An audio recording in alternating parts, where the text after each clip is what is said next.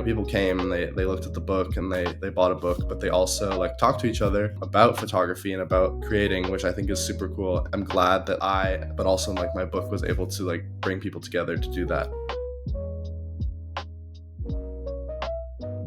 I'm Bohdan. I am a 22-year-old photographer and travel filmmaker. I live in Vancouver, British Columbia.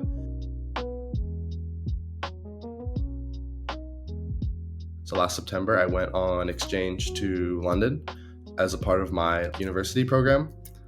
And I think I traveled to 8 different countries while I was there. I kind of more focused on the travel element rather than the school element, but it was definitely worth it. And I just really liked all the images that I created from those trips. And I was like, oh man, these are just going to get lost on my hard drive and I'm going to forget about them. And only like 5% of them are going to see my Instagram page. So I was like, what's a way I can make this something more memorable? Because, it was a really significant period of my life where I got to do a lot of fun things. And so I decided, why not make something physical, make a book? So that's where I made this book, A Semester Abroad. It's basically a book about my travels while I was on exchange. There's one chapter for every country that I visited. And I think it's really cool just to see a physical medium of my work, because it feels like it's always present and it's not something I'm going to lose. Whereas it's on your hard drive, it gets buried or you get a new hard drive and eventually you kind of forget about those photos. But I feel like this is a really cool way of making the photos kind of last more than they would on something digital.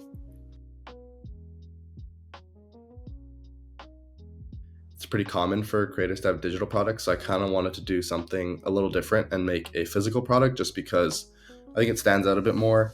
And you buy it and you kind of get to like hold it and flip through it and see it rather than just having it on your computer or something. So I really like that idea. And then I also had a launch event in Vancouver, and that was really amazing because, I posted it on my Instagram. I collaborated with a local cafe, and I think 40 or 50 people came out to that. So that was really cool to see people actually come and like just be there for the art and like look through the book, and then also just create like a community, because people came and they looked at the book and they bought a book, but they also talked to each other about photography and about creating, which I think is super cool. I'm glad that but also like my book was able to like bring people together to do that.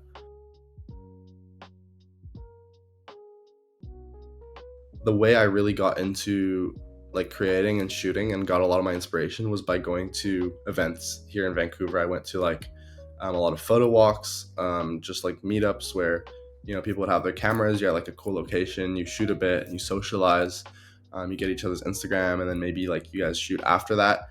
So I think that played a really big role in me sort of getting into photography, and that's something I kind of want to provide to not only people who are getting into photography now, but also people who have been into photography and are just like looking for a community of creatives and looking to get inspired. So I do host a lot of events and photo walks here. I want people to connect and I want people to make friends, and especially when it's centered around something like photography and something creative, I think it's really easy to talk to people and find commonalities.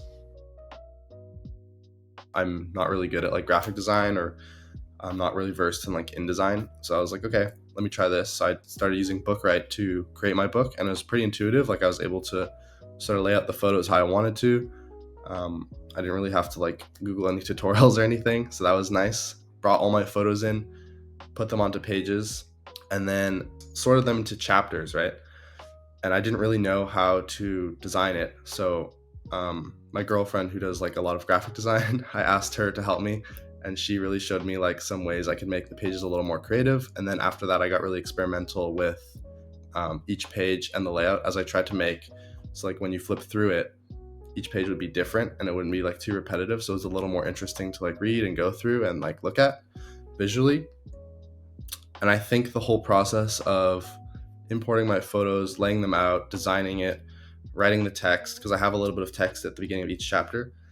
I wasn't like super consistent, but definitely when I had the time, it was like all summer. So it took about like 5 months, I want to say. So it was definitely a process, but I was willing to really like put in the effort and the time because it was my first book and I wanted to make it as good as possible.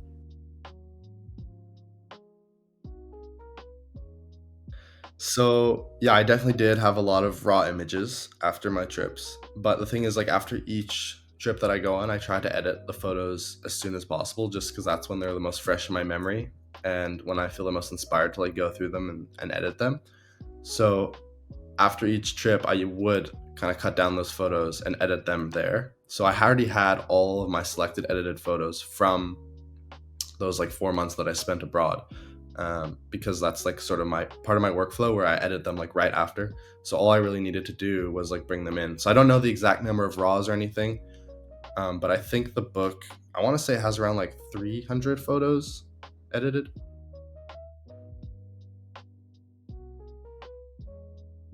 So something I really liked about like designing a book was you interact with the photos in a way that you wouldn't normally interact with them digitally. So digitally, you might crop them. Maybe you'll make a little layout of like two or three stacked on top of each other, but you don't actually usually go and arrange the photos like next to each other because um, like it's not how it's laid out digitally on something like Instagram. So I found this page really fun to make because I took a bunch of photos and I kind of just like made them in a horizontal line across the page. And I think it's cool because it really draws your eye to the center of the page and you kind of go in order. I guess another thing is sometimes when you post a photo on Instagram, you might not think, oh, this would be really cool in a book.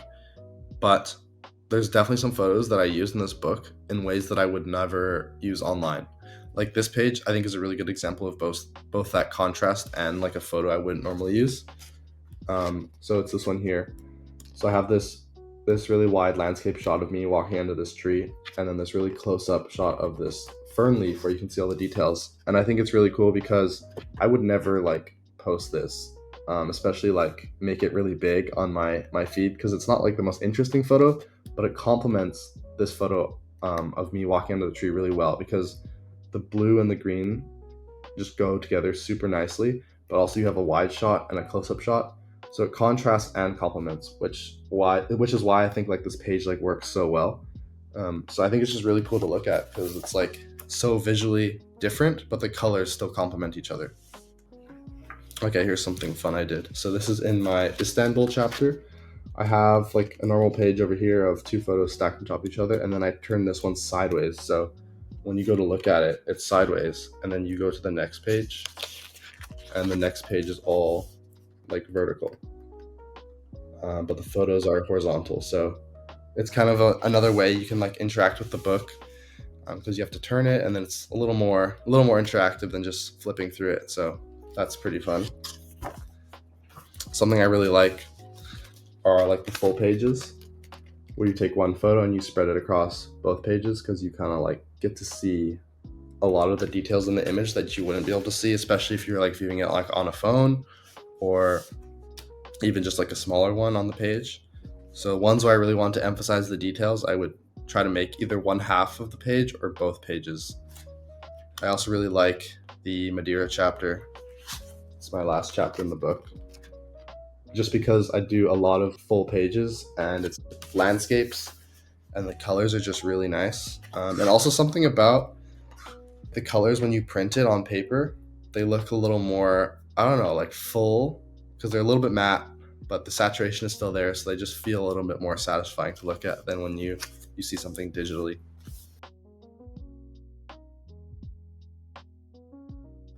The most important thing is to have like a body of work that you want to highlight because it's one thing to create like a book with just a bunch of your photos, like it could be cool, but I think when you have something like this, where for me I guess it was like going on exchange, it tells a bit of a story. So whether that's about maybe a place that's like significant in your life or a city that you visit a lot, something like that I think really helps tell a story and brings a narrative to your photos that really speaks to the viewer who's going through the book, and it makes them more like intrigued and more invested in your work and the book itself.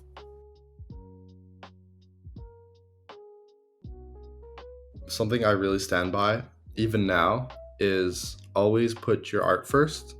I see a lot of like people trying to get into content on Instagram or TikTok or whatever it is, and like they're really good at making engaging videos, but maybe they're not putting their art first because they're more focused on trying to get views and trying to get likes than going out and just improving their photography. Like the whole reason I started social media was because I loved photography and I wanted to show other people how cool like this art form was. So I really like prioritized shooting and taking photos and getting better at photography. And then once I kind of achieved that, I was like, okay, now I want to like share this with my audience, because it's like I want them to be able to do what I'm doing. So even now, I like still like to try and put my art first as much as possible. Like, sometimes there'll be a chance where I can make like a really engaging like cover photo with like some text, but I'm like, no, I kind of just want to post this photo, on its own, because I really like how it looks, and I don't want to take away from the artistic aspect of the photo. And maybe that hurts me a bit in terms of like engagement, views, or likes. But it's something I'm really trying to like stand by, because I don't know, it's art and photography first before content for me, at least.